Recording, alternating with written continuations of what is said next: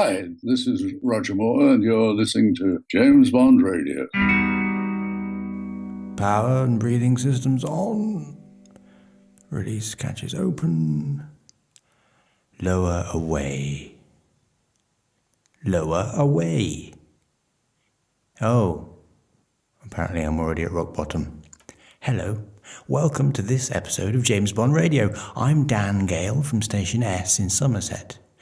Yes, you're right, I'm not Tom Sears. I can only dream that I was, but I thought whilst he was away, I would sit in his seat and walk around his house wearing his clothes and aftershave and generally try and absorb some of his greatness, and it will rub off on me and it'll be like he was still here. I know it does sound a bit creepy, and it is. And look at this. After I let myself into his house, I found he actually owns a bathosub. How cool is that?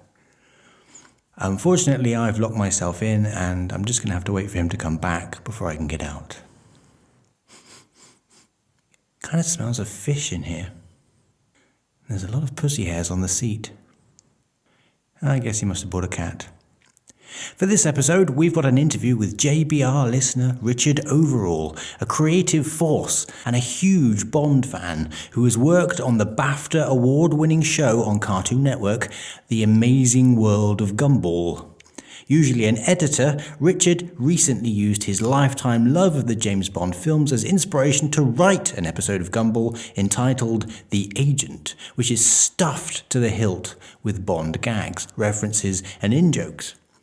If you like fast-paced, self-aware, irreverently humoured animations, then you'll find this show entertaining enough anyway. But if you're a Bond fan, and of course you are, you'll have a whale of a time counting just how many nerdy Bond in-jokes Richard and the other filmmakers have crammed into this 10-minute show.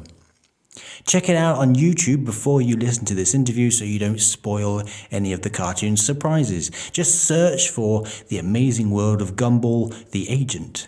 I guarantee you'll have a smile on your face within the first 10 seconds.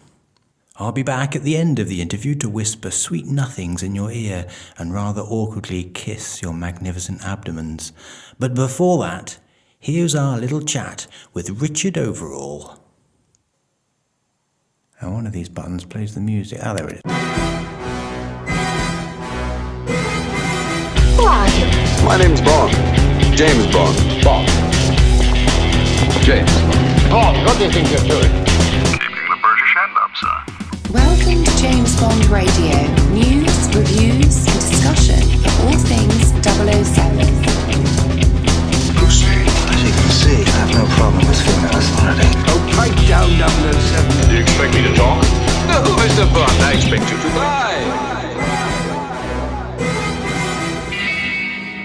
Okay, joining me now, I have Mr. Richard Overall, who is, well, how would you describe yourself? I am mainly an editor, like you. Oh dear, not another one. This is going to be a very long and dull episode, isn't it? No, we'll cut it down. That'll be right. We're going to be talking about frame rates and aspect ratios the whole time. Exactly.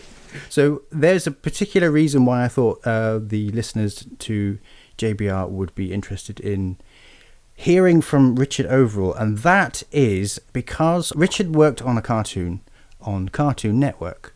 More than one. I should imagine you've worked on quite a few episodes of it now. Yeah, 240. Good God. Well, there you go. There's a particular reason why I think JBR listeners would be very interested in the episode of The Amazing World of Gumball entitled The Agent. It is an overflow for Richard's Bond love and nerdiness. It is all flooded out into this one episode. And I think everyone should pause this podcast and go and watch it right now. It is on YouTube. Search for The Amazing World of Gumball, The Agent. Have a watch. It's 10 minutes long.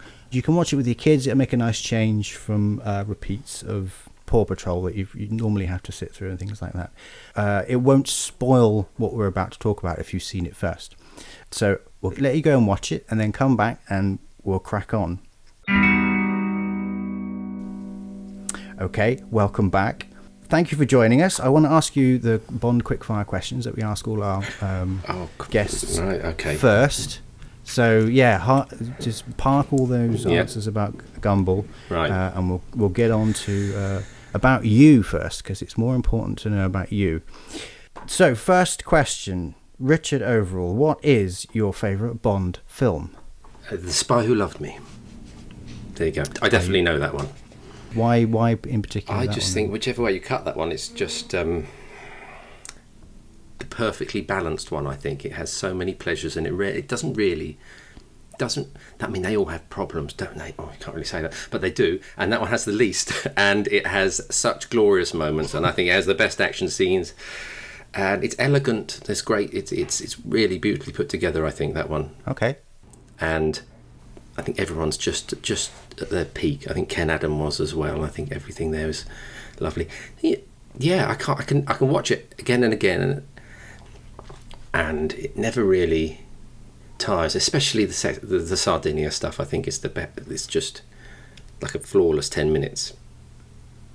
Right. No, I agree with you completely. I mean, I've made it more than clear that over the years that I have a love for the Living Daylights, but I think The Spy Who Loved Me is a very close second because, well, having done the book last year, we read the book and it made me appreciate what the film does and doesn't, and how sort of precise it is.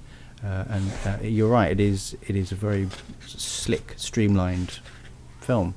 It's just a bit more inventive. Especially if you look at Moonraker, I always like comparing them. I think it's all the same people, really, bar a couple, the DOP and John Barry, but yeah, they were so much more creative in Spy Who Loved Me. Just sound and music choices was smart. All that pyramid stuff was great, wasn't it? With the voice and the music becoming the source music becoming the real music. They just seem to go above and beyond what they usually do, and it's all really effective and it works. It's not just for the sake of it. Yeah. And then they did it again without any of that, and I think it clonked, and you think it's amazing how the same people can do those two films structurally very similar. They are. So I think that really flatters The Spy Who Loved Me when you put them next to each other. Not as much as I enjoy Moonraker, but plot-wise as well, it's very similar, isn't it? Mm-hmm. And obviously, yeah, like you said, the same creative team. Yeah, it's interesting that. But then I suppose they did the same thing with Spectre and Skyfall. Yes, it just shows that it's really hard to make a Bond film, or to make a film, but it's just hard. Nobody really knows. No one quite knows what to do. I think. Yeah, it's like the ingredients are all laid out, but the precise measurements, you've got to make it up each time as you go along. Yeah, and there's the extra pressure. I think that lots of people think they know what it should be. I suppose if you're making another film that doesn't have the pressure, it's more forgiving. But with Bond, there's so many people who think they know what it should be, and then you're trying to both please them and do something different. And I think that's quite risky. And they fall off every other film, don't they? Really? Hey, well, no, we're not allowed to say yes, but no, got to keep it positive. Oh, yes. That's I do like that about James Bond Radio. It's way more positive than any other reports I've heard about Bond. So that's good, and it's made me more positive listening to it. I have to say, it always sees the good in things. Well, it's been very positive about Bond 25 so far because we haven't said anything about it. That's the best way, I think. I wish no one would say anything. It would be nice if people just sort of let everyone get on with it. I already know things I don't want to know. I'm not going to say them in case other people don't, but it's quite hard to avoid, isn't it? Anyway, I waffled on a lot about Spy Who Loved Me there, so you can... That's fine. Right, so how about your favourite book, your favourite Bond book? Oh, I'm just going through them again now. It's tight at the moment between Moonraker and Thunderball. But then I haven't got back round to Majesty's Secret Service yet. I'm sure that would leap to the top. But Moonraker is cracking. It is, isn't it? I'm really happy that so many people seem to say that. And what is it about Moonraker then do you think that people are latching onto? I think it's got a good mystery story to it, and you genuinely on the edge of your seat on that one. And the peril is real, but it's also tight and it doesn't wander off, and it doesn't have those slightly weird structural thingies that happen where it takes the pacing is a bit weird in some of them, isn't it? It's very rushed ending on a lot of them, I've found, and that one just seems to build properly. And he doesn't get the girl, does he? That's a bit more interesting. And a cliff falls on him. I'm quite claustrophobic, and that really hit me, that one, when he's buried by all the chalk. and Drax and all his creepy people around him. Yes, and it's in Kent, and it just feels, and it really feels like a 50s one as well, doesn't it? Because it's very Cold War, isn't it? It's sort of linked. Yeah. It still just feels only just Cold War, post-war. It's very specific, because I think that's because it's in Britain. It feels more attached to that period. It just seems to stand out from the other books because of that. And yet the plot could take place now, because we do have entrepreneurs that are trying to send things into space. Oh yes, Musk. Yeah, interesting, isn't it? Musk, 4 letters. You see, yeah, Drax, 4 letters with a hard k on the end. Yeah. There's no other connection, but yeah, well, I'm glad you like that. Can I make an admission? I may have said this before, actually. I did my English language GCSE with a paperback of Moonraker in my trouser pocket, because I was reading it at the time, and I wanted to keep it on me, because bored during school, read a bit of Bond, and also I thought, by osmosis, some of the lyrical nature will feed through and make my essay that I have to write in this exam a little bit better. What did you get? I got a C. But that's not a D. It probably would have been. It's a pass. So, yeah, thank you, Ian Fleming. Right, so question number 3. Who is your favourite Bond girl? You're allowed a character or an actress. Or both. It's probably Tracy, really.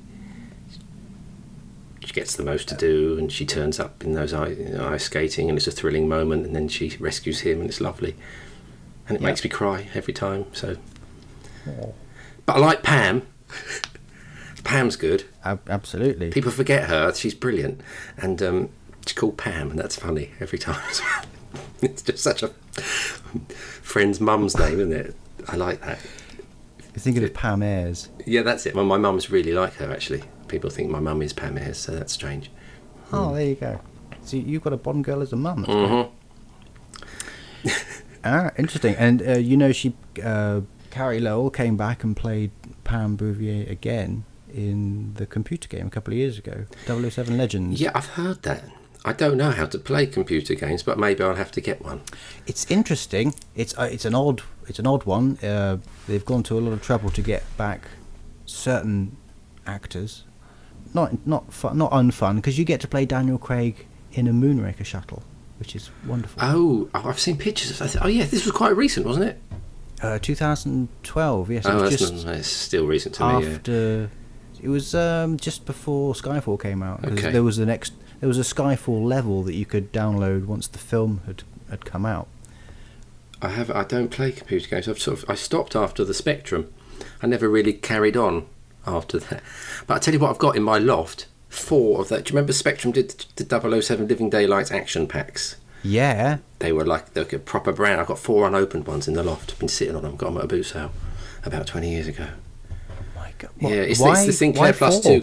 They were just selling. He had like a bulk collection. It was like in about 93, and nobody wanted a Sinclair Spectrum Plus 2. And it was Northfield Market. I bought them all for like 20 quid each. And they're probably worth 20 quid still. But there they are. At least. But that was that had the gun. It had the gun. Yeah. There wasn't much Living Daylight stuff out, was there? The Plus 2, was that a cassette or was that a disc? Yes, cassette, but built into it and with the hard keys and everything. Yeah. Right. Well, you should definitely put one on eBay and see how far it goes. Right. Question number 4. Who is your favourite Bond actor? Well, Roger Moore's my favourite, really. Although, probably if Timothy Dalton had done lots more, I would have said Timothy Dalton. But sometimes I think I've got 7 Roger Moores, and it all adds up to favourite. that's why I have to quantify it. I don't know. I like them all, but I just love Roger Moore. No, completely understand that. And you said that your era is 73 to 89.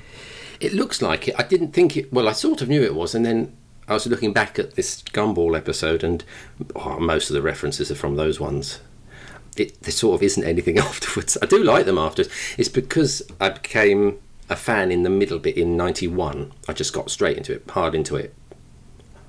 I was keeping a diary at the time, and I read it, and the day is marked. It just says, I'm really into James Bond, and never let up after that. Oh, It was in 91, and I thought, I can't wait for the next one to come out, and it didn't come. So I watched the first 16 so many times, and so they're separate in my head, and then there's the new lot. I suppose many people have got that situation, haven't they? yeah. But I got so into it and had nothing to watch new for 4 years. You could have gone to the cinema to see Teen Agent I missed that. with Richard Grieco and Roger Daltrey. Oh, I didn't. What? I've never. Roger Daltrey played a secret agent in it. I went to see it because it looked like a sort of kids Bond film, and I thought, I haven't seen one in the cinema for 4 years. I need to go and see something. I rented Bullseye on video for some Roger Moore. Oh, that wasn't very good, was it? Yeah, it was a pretty tough time, wasn't it? Not having anything to go and see for all the. But then that's become the standard now. You wait sort of 4 years, 5 years in between each film. I suppose so, but you can look at the internet now, can't you? I had to eventually find a book by chance about Bond films, and it took me so long it was lovely, I enjoyed it, so long to find out all the information. It took me a year to see them all. I just had to wait for them to come on telly. Yeah. Or What was the book? Which it was the what Sally book that you Hibbin bought? one, the James Bond movie book. Oh, yes. I just happened to see it at this Okay. like toy fair, and you wouldn't even know it. How would you know it existed, really? I don't know how we knew how to get things. How did we survive before the internet? Yeah, but things took longer. Well, we know this. I think we've talked like old people now, aren't we? That's okay. We are old people. It's fine. That's true. I didn't ever buy that Sally Hibbin book, but I did rent it about 5 times from my library. So I have read it enough, but I still don't own it. But she wrote The Making of License to Kill as well, which is a terrific book. I've got that one. I like that. That's great. That is really, really good. Maybe I should try and track one down on eBay. So what would you say then was your earliest Bond memory? Question number 5. Well, I know exactly when I really became a Bond fan, because it's in my diary, and I've got it all written down. It's quite handy. Which was my brother had rented License to Kill and watched it, and I didn't because I wasn't interested. But the next day, Man with the Golden Gun was on telly, and I videoed it, and then it was just having two next to each other. Just started it, triggered it. And then so I just watched The Man with the Golden Gun over and over. So that's when I really got into it. But before that, probably on telly, I remember watching Oddjob being electrocuted and asking why he didn't just let go. Yes. And then Roger Moore's arm being cut in Live and Let Die was the other one. So the violent stuff I remembered from being very young. It made an impression. Well, I think it does, doesn't it, violence? Yeah, I suppose it does. Well, the scary bits of old TV used to really affect me. I used to hide, not behind the sofa, but under the cushions of the sofa whenever one of those road safety adverts would come on, because you'd always have people in Morris Minors getting catapulted through windscreens, and it was just too freaky and too scary for me. Like 4 o'clock in the afternoon, I just couldn't handle it, so I'd stick my head under the cushions, make it go away. I know they were quite hard, weren't they? The pylon one, and then the Track to Death Boy one was quite hard to take. Oh God. So, do you have any of the Bond locations on your to-do list? Have you been to any? Which ones would you like to go to? I've collected them now. I don't really like going on holidays that much, for some reason. Well, you're an editor. Why would you ever want to leave the house? Well, I quite enjoy what I do, so I'm not ever urgent to go away. So when I do, and my other half takes me away, I sort of have to sneak in a Bond location. So I've been to some good ones, but I'd like to go to GoldenEye, I think, would be and Jamaica, I think. I haven't been there. I'd like very much to go there. Right. I think that's top of my list. Oh, and Corfu. I think that looks lovely. I just want to go on holiday. Which ones have you been to? Oh, I've been to the Phuket, the island, and I've been to Vienna, and that was my favourite. And Bratislava, I found lots of good locations there. And Lisbon. Yes. Okay. Lisbon for Majesty's and Pizza Gloria. Nice. And randomly ended last weekend or weekend before last, Stoner House from The Living Daylights. I just was near it and saw a flyer for it. I'm going there, and that's where we went. Yeah. It looks just the same. Did you know that down the road from the actual entrance to Stoner House is the wall that Nikos strangles the guard from? It's the house, the farm. I was looking at all the farms, but I wasn't prepared. I can't remember. Is it called White? Yes, it is farm, I don't know. It is in the film, isn't it? I think. Yeah, it's still there. Sign is still there, and I don't know if I should say this on a podcast because it might get the place inundated with fans more than it probably already does. But if you go behind the wall, there is a small, very rusty two-step ladder that the filmmakers put there for Andreas Wisniewski to pull the other actor over the wall. It's still there. Nikos' stepladder is. See, that's lovely stuff. That's why I want to go to the Amberley Chalk Museum, and because they've got bits left around there, haven't they? I've never been there. That's right. I've heard that. I should go there.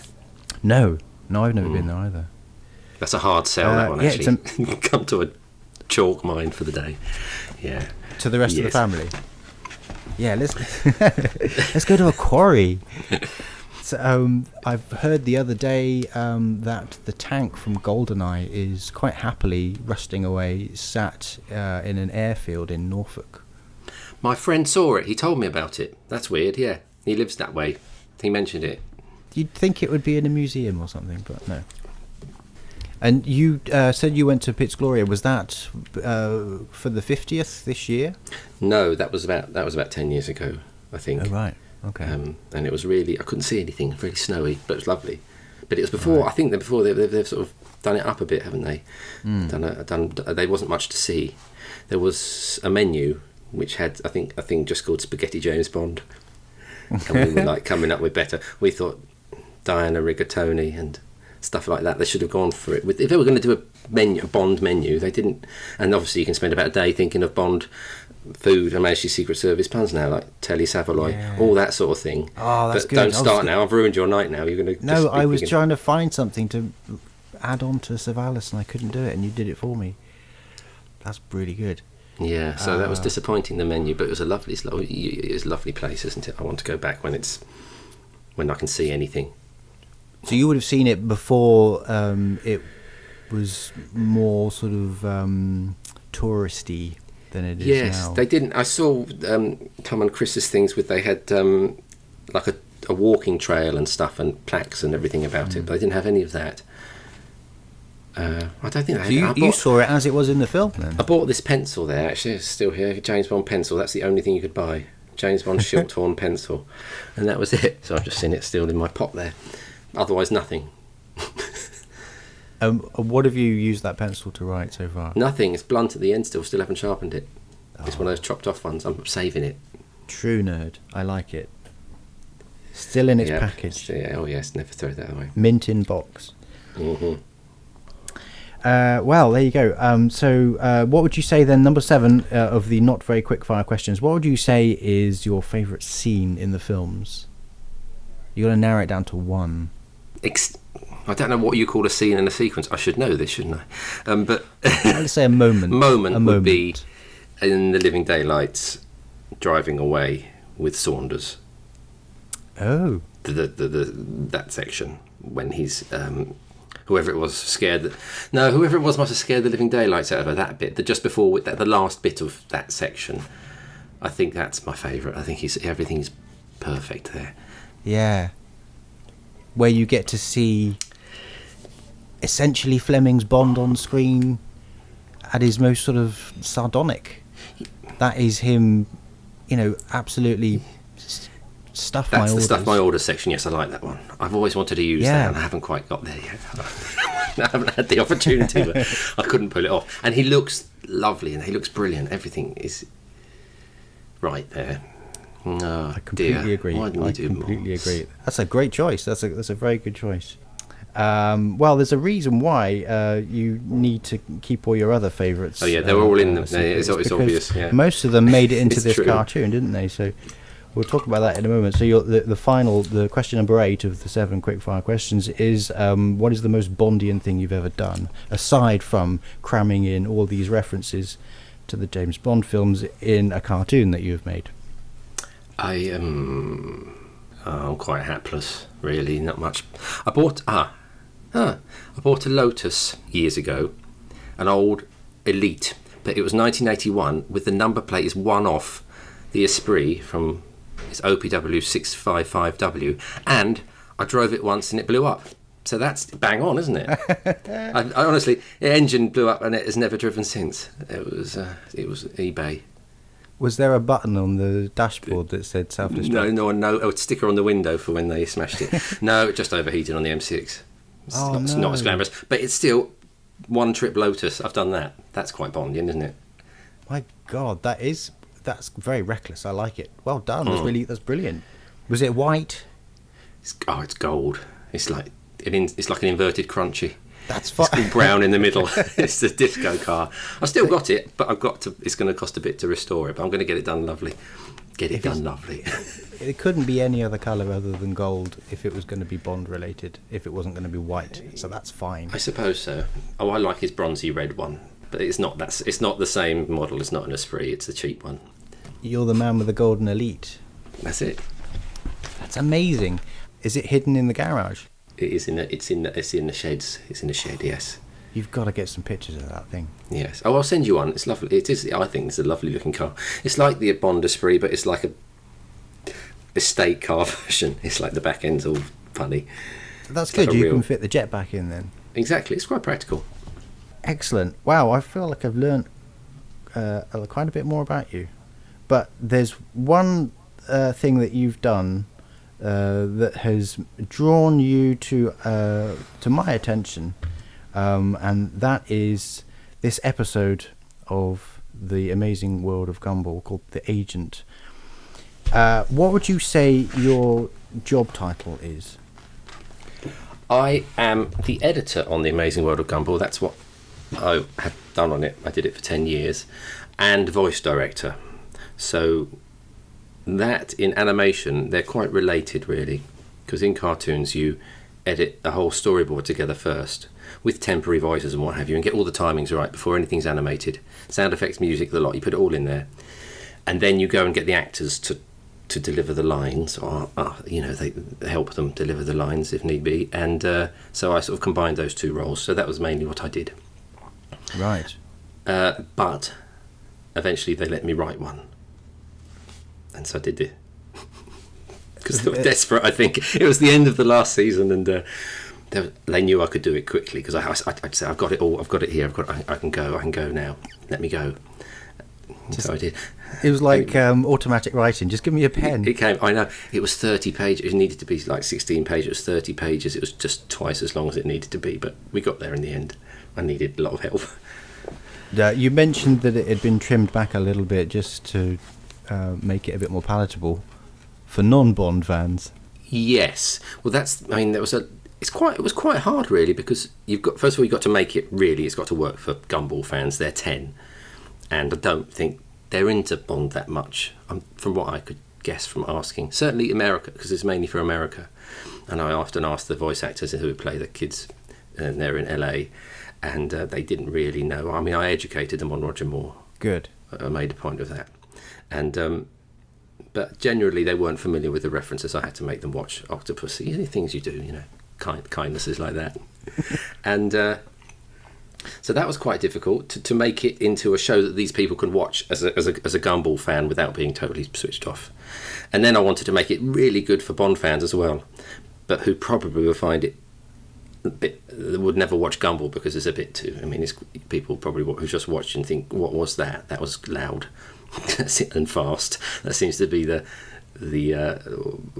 older audience watching it, because the pace of them are very quick now. The cartoons, I think.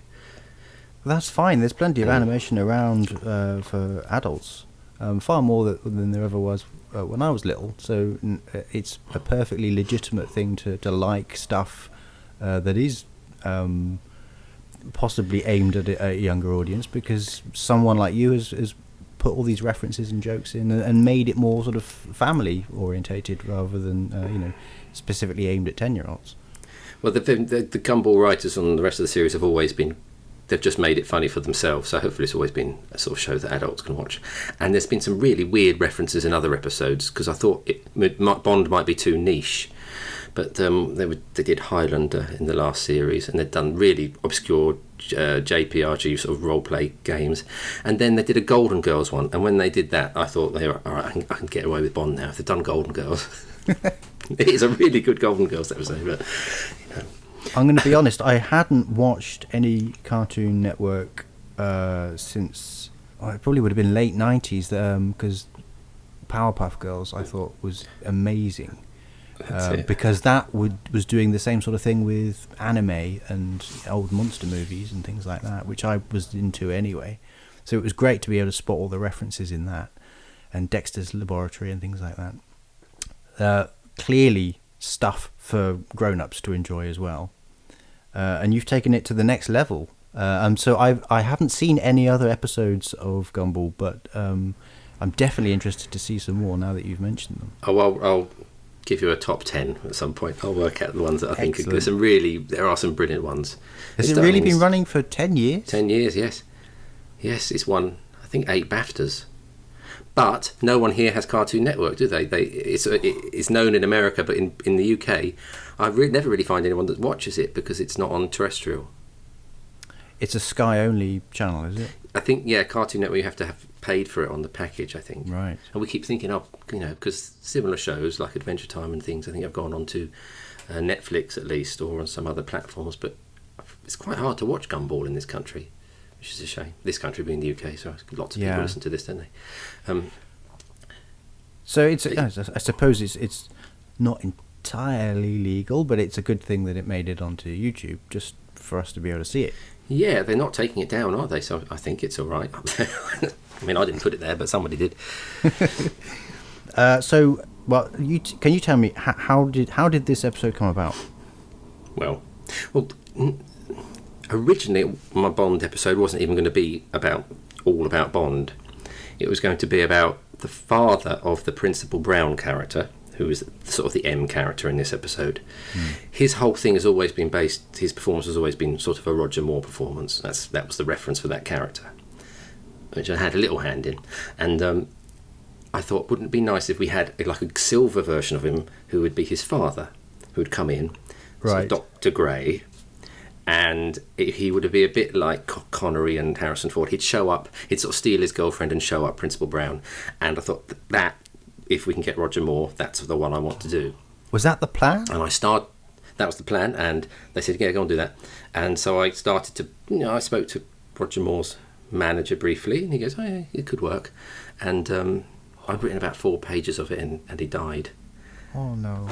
I know. It was like, it was sad anyway. But, it was, and then people were saying, that's all right, use Pierce Brosnan. Like, that's not the point, is it? Punched them. No, dear. But it missed. It was just like, I can't even look at that one now. That just doesn't exist without Roger Moore in it. So I thought, all right, I'll just do a full Bond one.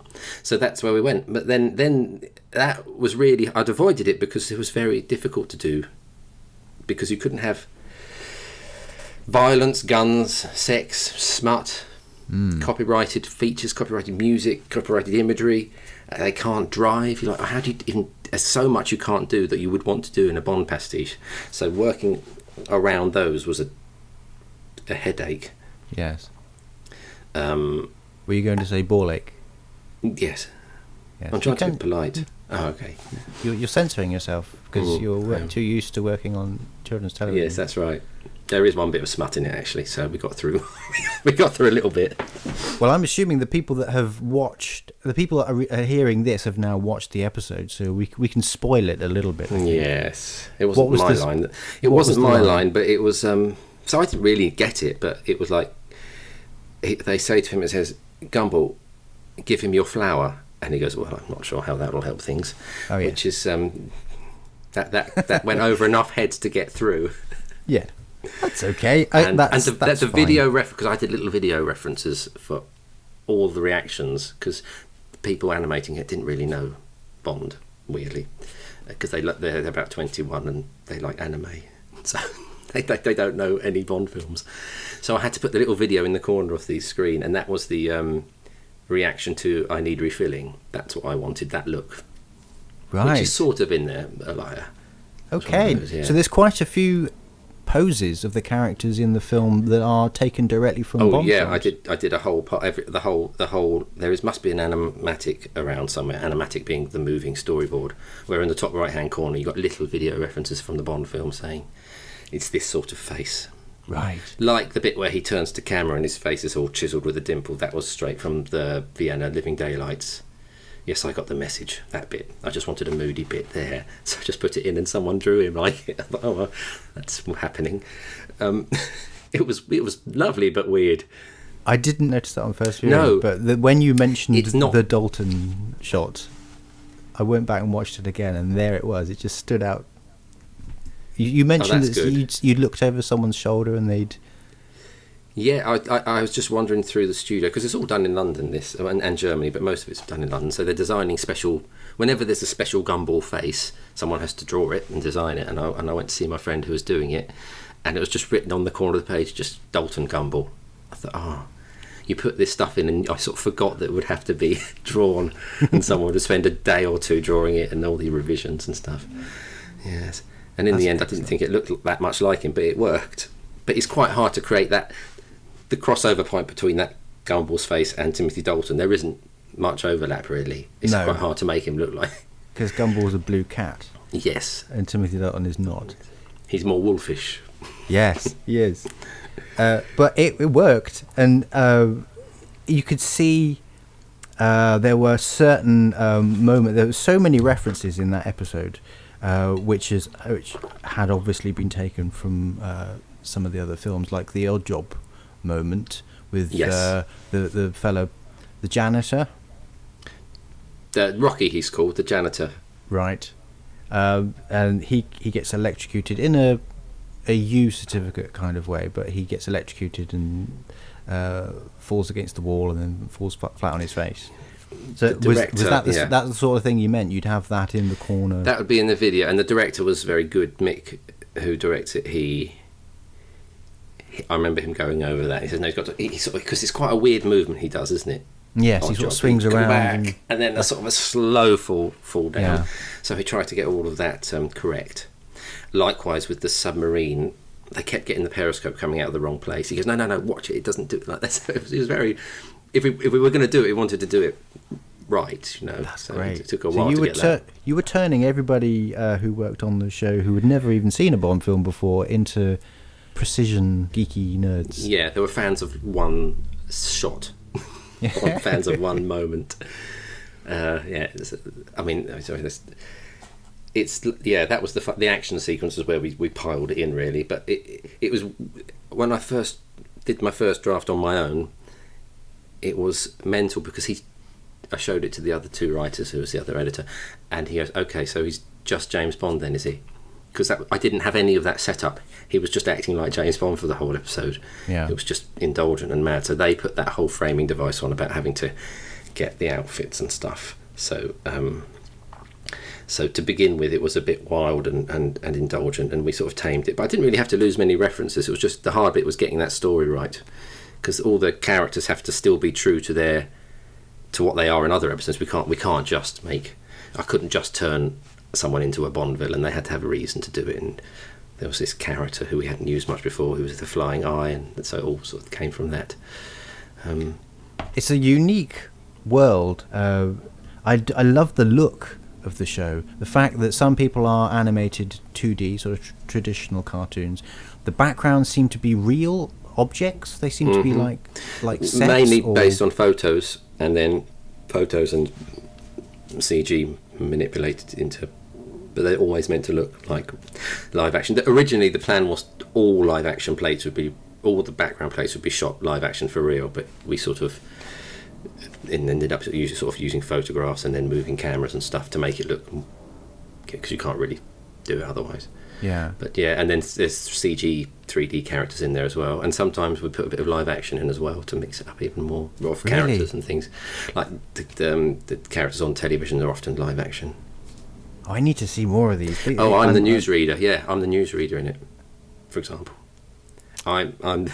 You're actually the star. I'm not the voice. I can't do American accent, but whenever you see a little telly in the background as a newsreader, that's me, for example. I love it. And then one of the characters is an upside down human chin, with eyes and a wig on. You know, when you film a chin upside down. So there's loads of it's pretty visually arresting. Always has been. The art direction on it's just lovely. It's nothing to do with me, but it's just marvelous.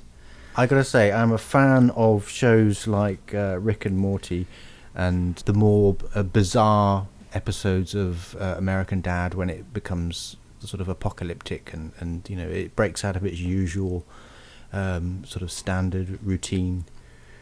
And having just watched this one episode of Gumball, I'm now a fan, and I really want to see more of it. You mentioned that there was other episodes that were similarly influenced by other. So there was a Star Wars one. There's a Star Wars one called The Line, which is when they're all in a queue to see Stellar Odyssey, the new Star Wars film, and it's when they're stuck in the line. All Star Warsy things happen to them in the line. It's hard to explain, but it's very good. And it ends with a sort of a speeder bike chase, but they're in a shopping trolley. Okay. And then there was a brilliant one this last season called The Possession, which was a hybrid of Mad Max, Poltergeist, and Superman, which had some it was mainly he gets possessed by the fridge, and they go into the fridge, which becomes the Fortress of Solitude. So that was a great one for sort of 80s film references. Yeah. So that's pretty rich, that one, for our age group. Is it still going then? The show's still got. We've stopped for now. We stopped. I think people just want to do some other things, and I'd like to think there'll be more, but we don't know. Okay. So, of the other shows that you've worked on, are they? Are you allowed to be as sort of? Do you have as much input on the other shows with regards to little references here and there, or have you ever stuck any little Bond references into any other things? Into other episodes of Gumball, I have, yes. They're quite free really. Maybe mainly in sort of some performance, because I'm there with the actors, so I can sort of slightly reference things. I can't remember any now. He always did have an inflated opinion of himself. There was a balloon who was very pompous and getting very overinflated with water, and I could not put it in. So that's in there. But that's brilliant. So you mentioned actors. Now, you mentioned that you had some actors on this episode, The Agent, that had been in Bond films. Yes. One of them is relatively obvious. One nobody will know. The obvious one is Shane Rimmer, who plays Grandpa Louis, who's the little black mouse in the car, and he's been there since season 2. He's just got the best voice, and he was played a regular. Yeah, he was a regular. We didn't just get him in for this one; he played him all the time, and we regretted not getting him in the Star Wars episodes, because he's in Star Wars. He's in everything, but he was in Star Wars, and we wanted to get him to say the same line from Star Wars in our Star Wars episodes, but we couldn't work out how to. I think he's put an R2-D2 in the back of an X-wing. Shane Rimmer in Star Wars. Right. Okay. And then, but I asked my friend Steve, who knows Bond probably even better than me, I think. I said, what does Shane Rimmer say in Spoiler? I mean, what are all his good lines? Like, you got a date and all these lines. And the one that won was ahead 2/3. I thought, I can get that in if he's driving and something's coming towards him, and he grabs the wheel and he says ahead 2/3. So that's how we got Shane Rimmer into that episode. I'm really pleased we did. And that was the last thing he ever recorded in Gumball, the last line. And it might have been, I think it was his last thing he did. Wow, because we lost him quite recently. Yeah, we only filmed this, I think we only recorded this last August, and then I think he died in February, didn't he, or somewhere around there. But he was great. He was so lovely. But I don't think he knew it was from The Spy Who Loved Me. I sort of told him, but he just said the words. There's so many films that he was involved in that it's not like he's asked to say that one line again and again, like, you know, some actors probably are and get very sick of, because he's been in everything. He was in Thunderbirds, he was in Superman, his list of cult TV shows and movies is just incredible. It's mad, isn't it? Who else was with William Hartnell's Doctor Who and Sean Connery and Dina Sharples? He was in everything. He was with all the iconic ones. But anyway, ahead 2/3 is hardly a catchphrase, is it really? No. So I don't think anyone gets it. But we put it in. But there is another one. Who else was working on the other that one show? is an actor called Kerry Shale, who is a regular actor. He does several of the voices. And in this, he does the robot, Bobbert, who is sort of the Q character, and then Leslie, who's sort of the sassy flower boy. He does both those voices. But in Bond, he dubbed Necros in The Living Daylights. Right. He did, certainly did the Russian stuff. I didn't kill him, Bond did all that bit. Yeah, that he did that. I was really happy when he told me that. I didn't know he'd been dubbed. I kind of assumed that the cheeky Cockney milkman was somebody else voicing him. Hey mate, watch it. I thought that's not the same voice that he does later on, so I thought maybe that is someone else just dubbing him to give him a different accent. But I never realised that wasn't the actor's voice. There you go. I think it is. I think it actually is all Kerry. I think I can just about hear that it's him, because he's got he's very obviously he's a professional voice actor. He can do many voices. So, right. But he's very good at Russian. Okay. I heard him on a podcast recently about the moon landings, and he was doing a Russian. He popped up. I thought, there's old Necros.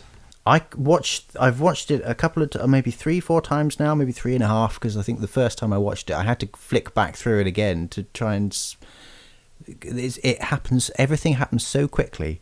Certainly, once the chase begins, it's just reference after reference after reference, but none of it affects the story. It never sort of jumps out and says, we're stopping the story now because we want to make this reference. It all blends in absolutely beautifully. So I had to watch the chase scene again, and I was trying to write down every single reference I could think of that I could notice, and it just meant having to it's gone too far. I have to rewind it and watch that bit again, and I wasn't writing them down quick enough. They were happening faster than I could write. Yes, it's not as Bondy at the beginning, is it? It sort of ramps up. It gets more and more references as it gets on. Kerry is a regular actor on the show as well? He's been in it all 6 seasons he was in, yeah. Right. I feel very good, actually, if I meet Bond people. On the first season of Gumball, we had a pub under our work, and I went down after work one day, and George Lazenby was there having a pint. What? Yeah, and I was like, and I didn't know what to say. I couldn't speak, and I got my friends come down and says, that's George Lazenby, and they didn't know who he was. And I waited, then a taxi came, and I went, Mr. Lazenby just wanted to say, I'm a big fan. He went, all right. And then it went quiet, and it was a lovely hot day. I just went, you brought the weather with you? And then he got in, he didn't even reply to that. He just got in the taxi and went. I thought, I'm too timid in front of the people I really want to talk to, so I haven't done that with him. Well, look at it positively. You got to meet him, and there were lots of people that have never had the chance to meet him. So don't worry about that part. That's brilliant. That was funny though. Just in the pub, just having a pint outside. It's mad, isn't it? When was this then? About 10 years ago. I think he must have been around for a convention or something. With a flat cap on. So still weird. recognisable. Yeah. So when you have all these references, which are, to a Bond fan, quite obvious, once you tune into it, once you realise, I see what you're doing here, they suddenly stand out and you go, I get this. How are you not treading on toes? We had used the forks in the in Star Wars one. Someone had to throw some forks in yes, I had. What have I got? I think the only direct lift is the License to Kill one, isn't it? But it's in a different context, isn't it? It's the Q's line from License to Kill is more or less what Gumball says, and an agent must always use every means to achieve his objective, or worse. Do you know what? Effect. I never spotted that one. I wrote down about 30 references. I think there were little words here and there, but I don't think there were any chunks. Right. Unless I just don't know anymore. It's just become normal to me, and I don't even know what it's. Who did the music for this then? Because it is amazing. Well, it's a combination of people, because there's a weird thing with copyright in music is not as simple. I think they've got a lot tighter on it. There used to be this sort of rule of thumb. People used to say, if you've got more than 5 notes in a row that are the same, you're going to be in copyright infringement. So just change a few notes. But if it was stuff that's in the pre-existing library of music that are owned by the broadcaster that have been bought out, you can use that. And I found these cues there. So all the really obvious Bondy ones aren't bespoke composed for this episode. They are existing library music. So they're all been cleared legally. Okay, somehow. there's some very good stuff that is very reminiscent of Bond 77 and some of the GoldenEye stuff. Well, GoldenEye was bespoke. Oh, because right, you just okay. have to go. You have to just go clonk and it's done, isn't it? GoldenEye. It's not as if you're taking a tune, but the Bond 77 one, the Bond 71 is that's exactly BG. So I just did a BG search and there was a piece that was like that. The first joke in the entire thing, which was so good I had to watch it about maybe 3 or 4 times. The opening joke with the toilet roll tube. The whole story, the whole toilet roll story was built around the fact that I wanted to look through a toilet roll at the beginning. That's not the way to write, is it? That's fine. Anything that can sort of kickstart a creative process is fine. That's absolutely fine. And the crocodiles? Yes, on the heads, yep. That was wonderful. I was at that They're moment. real. They exist. Those characters. They are crocodile characters in the show. That we didn't invent them for that joke. That was just we liked that bit. And then Mick, the director, put the final bit in with him pulling the fish out of his pocket because he'd been in the trash thing. I thought, that's great. I didn't write that one down either. That yes, of course. That now you said that, it really does stand out. And there's the train.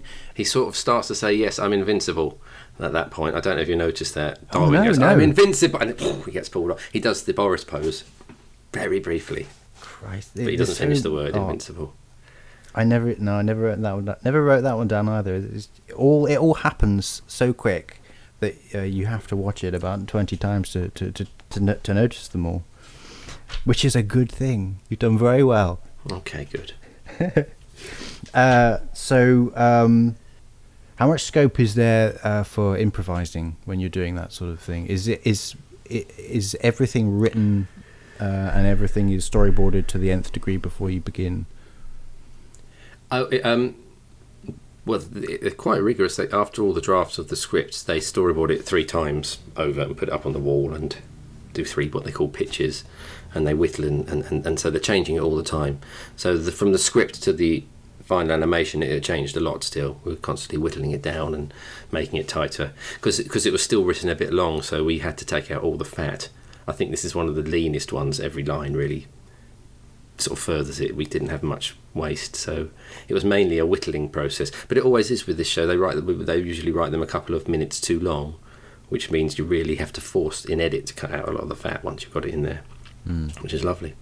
And then there's some improvisation with the actors when we get them. Usually they stick fairly closely to the script, but especially the child actors who are in America, they can just add magic. They're brilliant. They were brilliant. So they always bring something special to it. So you've been working on this show for 10 years. Is it always the same actors? The same? No, child we're on the 3rd set.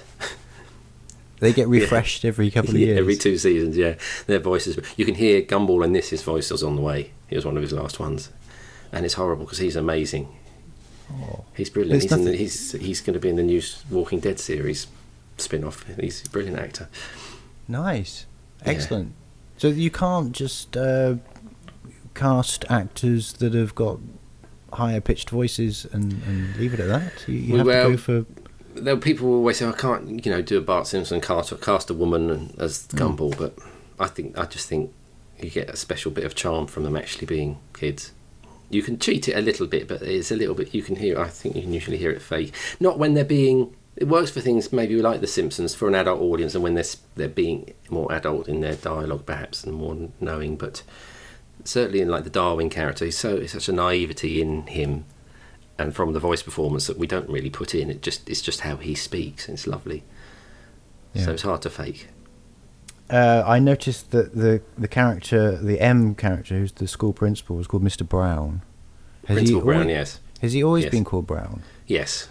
Okay, so that wasn't. Oh, it's not after. It's not after Robert Brown. I hadn't thought about that.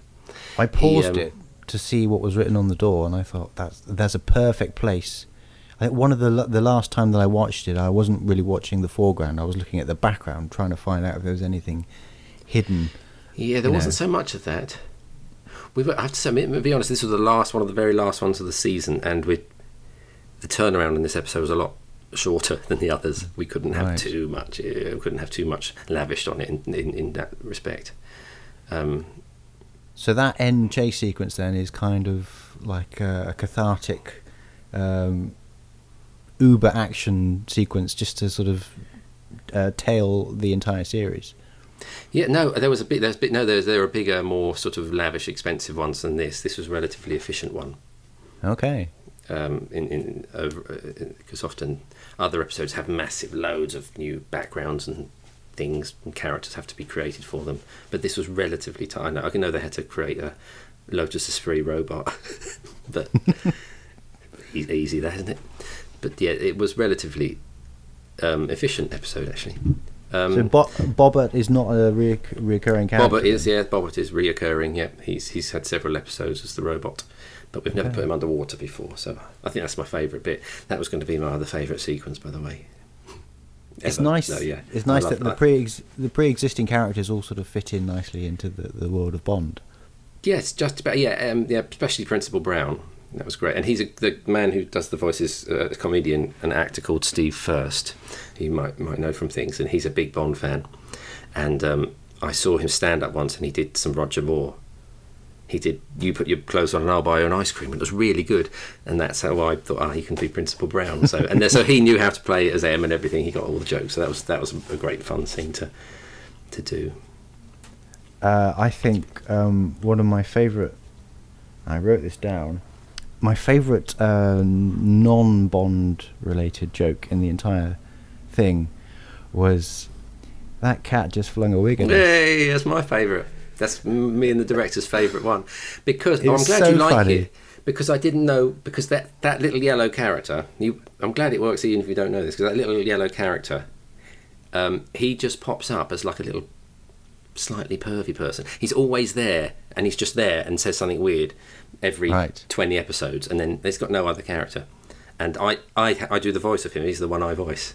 No way. Yeah, and I thought, and that was, we thought, well, how he's got to get rid of this wig somehow. So we had it flung across, and it pans across, and you think, it's landed on that character, and that was going to be the end of the joke. Yeah. And then we were like, no, let's invent a sister, and it's not the wig, it's his sister Bernice. So it just tickled us. And then the director came up with that line, that cat just flung a wig at us, and there's something funny about the word flung. That was it. So it was like a free double joke there, just from a plot point. We needed to get rid of the wig. Yeah. And that ended up. But then I think people are going to think that's a Bond reference. Weirdly, is it meant? Yeah, but there's never been any wigs or toupees in the Bond series ever. That's it. So yes. There's never been anyone called Bernice, at least. I don't think. No, I don't think there has. And there's certainly never been any pervy characters. Oh no, absolutely. No. The last one that I noticed the last time I watched it was the close-up, the Moonraker G-Force close-up, the face. Oh yeah, they did which bit? Oh yeah, he's on the thing. Yeah, he's on the trolley. When he's on the trolley, which is Moonraker as well, isn't it? We're coming out the ambulance. Yeah. Yeah, I'd seen it 3 times at that, and then only then did that stick out. That had a little video in the top corner. So it's got to be like that. That's awesome. Brilliant. That's just one of the best things in a film, that, isn't it? The face going. It is. Well, that whole sequence. It's such a good effect. Yeah. I think purely from an editing point of view, that is a wonderful, wonderful sequence. So, what is the future then for you if the show has ended? What else are you working on? A cartoon called The Tiger Who Came to Tea. Right. A one-off. No, we call this one an animation. Yes, an animation called Tiger Who Came to Tea, which is based on the Judith Kerr book. That comes out on Channel 4 at Christmas. That's like a half-hour special. Yes, I heard about that. And you're editing that?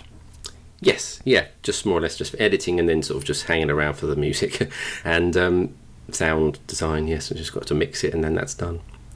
And then there's a new Cartoon Network. A lot of the Gumball people are on a new Cartoon Network show called Elliot from Earth, which probably won't be out until next year. So I'm not editing that. I'm voice directing that one and writing a bit on it. How much would you be working on something? Is this a daily thing? Are you called in when you're needed, or is it 9 to 5? Yeah. Editing was 9 to 8, 9 to late sometimes, but as you know that one. So editing was full voice directing is like a couple of days a week. But then I've got when you've got a couple of things going, you can sort of bounce between them, and they're quite close to each other, the two jobs, so I can literally just pop between them, bit of Tiger and a bit of Cartoon Network, and it's just worked out quite nicely. But I don't know what happens when those finish, but you never really do you? So something will come along, because it was quite a good stint on Gumball's 10 years. Yeah, regular pay. If you're freelance, you don't necessarily know where your next wage packet is coming from. So yes, it was brilliant, really, and it was such a lovely show. It was really fun. I hope we do more, because there's more to go. There's more. We've all got more things to put in. I think we keep having new ideas, so hopefully we'll come back. If there's enough call for it, I don't think the show will disappear. I mean, look at Family Guy. It disappeared. It's been cancelled twice, 3 times, and it still keeps coming back. Yeah, I hope so. I'd like to carry on with it. Obviously not my decision, but I'm employed by it. If people wanted to look up more of your work, what should they be seeking out? Crikey, I don't know really. Anything done by the people who do the Snowman, I've worked on all those. So anything by Lupus Films. There's a lovely film called Ethel and Ernest, which was a Raymond Briggs feature film adaptation. That was a nice film. So anything by Lupus Films, Snowman, We're Going on a Bear Hunt, and Tiger Who Came to Tea. I've sort of been there for a while doing those. And otherwise, Gumball's taken up all my time really. So that's on your CV. It's for the last 10 years. It's just been solid. I'm sure I've done other things. Blue Cats. You caught me out. I'm not very good at selling. Yeah, cats and tigers and bears. Actually, yeah. Oh my. Oh, it's just been lovely. Anyway, can't. No regrets on it. It's been a great show. But I'm just glad I got it in right at the end. Yeah, Bond one. yeah. Have you got any sort of plans for things? I know what editors are like. They sit in the dark and they stew, and their ideas ferment in their brains, and it takes someone else to kick them up the arse and say, "Look, go and do it." Do it, yeah. That's where I'm at the stage of that, and I'm still sort of on the come down from the Gumball 10 years, but I was encouraged by the writing of this, so I'm trying to do a bit more writing, and I'm writing a few for the new Cartoon Network show. So that's something, and I'm doing this is a bit random, song lyrics. I'm trying to write song lyrics. I'm doing a whole course on that, because I wrote some of the songs for Gumball. There were musical numbers in earlier episodes, so I'm just turning my hand to that a bit as well and seeing how that goes. So it's just sort of a hobby that might become more, I don't know. So I'm just sort of having a go at some things now. But there's a lot of very brilliant animators and animation people in London still. But it's more, there's a lot of preschool going on. I mean, it's the great stuff, isn't it? Like Peppa Pig and things are all, and Hey Ducky's great. And things like that. If you've got little kids, there's some lovely stuff. But Gumball was that, there's not many shows in London for that age group, so 8 to 14. They're all made in America, so this was sort of the only one, so it's quite hard to find one that's, you can push it a little bit more with that age group. Well, it's been a pleasure talking to you. Thank you very much for joining us. Oh, it's lovely. I'm glad I got to do the quickfire round. I forgot that came. I love listening to those bits.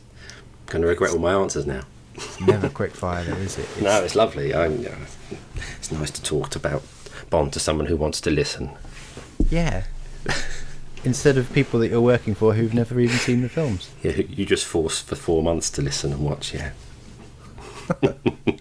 That's great. You get to mentor them. You get to say, this is what you've been missing. Well, the best one, I'll end on this one, the best one, a young guy who was drawing something to do with the Bond episode, hadn't watched any one. So I said, just watch Dr. No. It's great. Dr. No is my favourite Connery. Watch Dr. No. I said, what did you think? He goes, it was good. He goes, the actor, I like the actor. I went, what do you mean? Which one? The actor playing James Bond, he was good. He said, you didn't know he was called Sean Connery. I thought, that's amazing. That people need to be educated. So maybe this episode will make people watch some Bond films. Different generation, perhaps. Just hasn't they haven't made had enough movies. They haven't had the fun ones. So yeah, if you grew up, you've had 15 years of good but darker films, maybe. Yeah. That aren't just. And you've had about 1 million Marvel films. So yeah, what's going Sean on? Retired a good 15 years ago, so yeah, they probably just didn't know who he was. Never mind. No idea. Oh well. Anyway, you've done your bit, which is great. Yes. if you've made one person who would normally only watch Gumball think, I wonder what that's a reference to, maybe I should look into that, Yes. then you've done well. Yes, I have had no feedback like that yet, but maybe it will come. They sometimes speak to you on Twitter, the fans, you see, the Gumball fans, won't they? But then they just shout at you saying, "Is it over?" That's all I get. So I just back away and go, I don't know, I can't answer that. So I try not to engage. They get really angry. Yeah. Well, thank you very much for joining us. It's been a pleasure. Thank you, Dan. And take care. Thank you very much. Cheers. Bye-bye. Bye-bye. Well, wasn't that something? A man who's worked with Bond alumni, owns a Golden Lotus, and embarrassed himself in front of George Lazenby in a pub. Thanks again to Richard for taking the time to chat with us. We hope you enjoyed it. There's plenty of other episodes of The Amazing World of Gumball all over YouTube, so I recommend looking at some of them. They're extremely funny. And as Richard said, there's often the odd Bond reference thrown into the other episodes as well. And when I say odd, I mean like a blue cat and a goldfish in a dress talking to a flying eyeball with telekinesis who's building a body out of toilet rolls, kind of odd. I love it. A true secret agent is adept at following people. Why not test your skills by following James Bond Radio on social media? You can find us on YouTube, Facebook, Instagram, and Twitter. You can leave a review of the podcast on iTunes, which will help us rank higher in the search engines and attract more listeners. And you can also visit jamesbondradio.com, where you can get involved in the discussions, leave us a voicemail, or even press the donate button, which, like a wink from a cheeky receptionist, is always appreciated but never expected. That's it for now. James Bond Radio will return, and until then, take care of yourselves. Don't play with any of the switches. Bye. Hope you enjoyed the show. Good night.